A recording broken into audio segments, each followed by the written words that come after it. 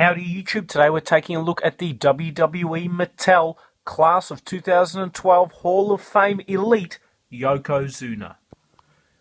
Certainly for me at least, definitely one of the must-have figures of 2015. Always been a huge fan of Yokozuna figures. The first time this came out via Mattel, obviously with the red attire that he was more commonly known for wearing, I really was not a big fan of the figure. The Jakks versions weren't bad, but still had their issues. This, to me, looks awesome. I love the face sculpt on this guy, particularly with the facial hair. I love the fact that he also comes with 2 Tag Team Championship belts, which people will hopefully remember from his stint tagging with Owen Hart.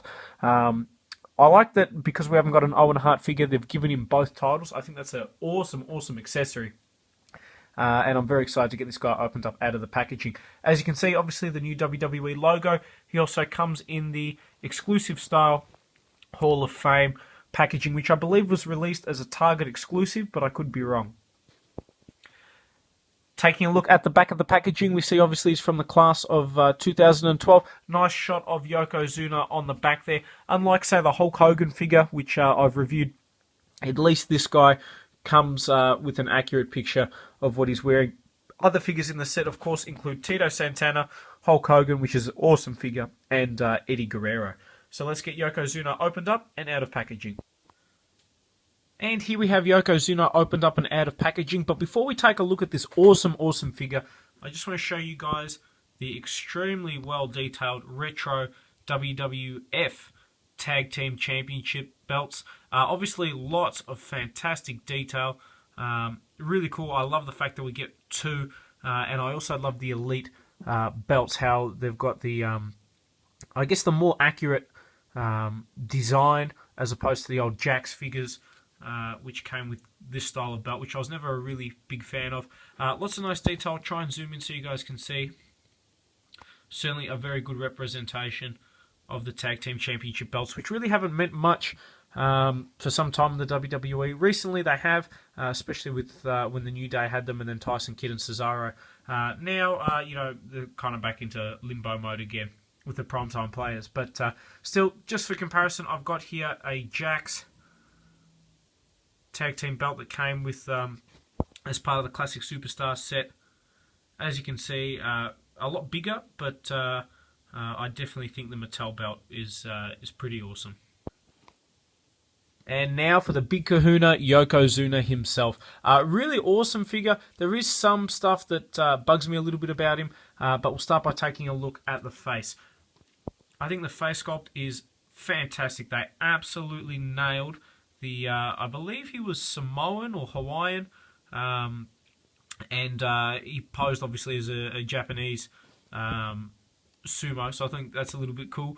But just an epic face sculpt. Initially when I'd seen some of the faces on this guy, it looked like the skin tone was a different colour to the body, which is a real pet peeve of mine, particularly on, say, the Daniel Bryan figures. It's a very common thing. So at least this, the face, I think they nailed. I think that's the best ever Yokozuna face scan. The best ever. Nice detail on the back as well with the hair. I think it's awesome. Really, really happy with how that turned out. Now, moving down, obviously he's got his white attire, which I don't think he wore very much.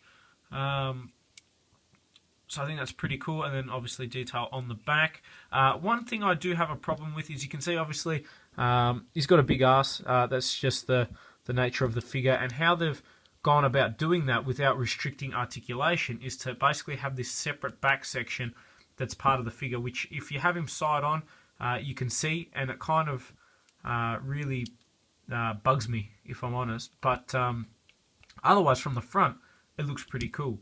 Now, in terms of articulation, Yokozuna comes with a ball-jointed head, ball-jointed arms, swivel in the bicep, bend at the elbow, standard wrist articulation. He's got the ab crunch a little bit higher. It is on a ball joint, so you can get lots of movement out of it. He doesn't have a swivel waist, though it feels like it should. He's got, obviously, ball-jointed legs, swivel in the thigh, double bend at the knee, swivel in the ankle, not in the ankle, sorry, in the calf, and then standard ankle articulation. So you can actually get a heap of movement out of this guy, which I think is really, really awesome, especially considering with a lot of big figures, normally articulation tends to be restricted. Now, just for comparison, I've got Yokozuna here with some other WWE Mattel figures. You can see he scales quite well. In particular, say with the Bret Hart, which is who I'll probably display him with, obviously because we haven't got an Owen Hart figure yet. And with this attire, it's probably a bit hard to recreate the famous WrestleMania moment with the Hulk Hogan that we also got in this wave. But you can see, obviously, he's quite a bit shorter than Big Show, which I wasn't anticipating. He's obviously quite a bit fatter than, say, Tensai, and almost as tall as Diesel. So I think he scales pretty well with these guys. Definitely a very unique, very cool figure. I think if you're a WWE fan, even if you're not a big Yokozuna fan, I think it's such a unique and such a cool figure, and the fact that it comes with the 2 Elite-style tag team belts means that this is a must-have. And hopefully you guys have enjoyed this review on the WWE Mattel Elite Hall of Fame from 2012, Yokozuna.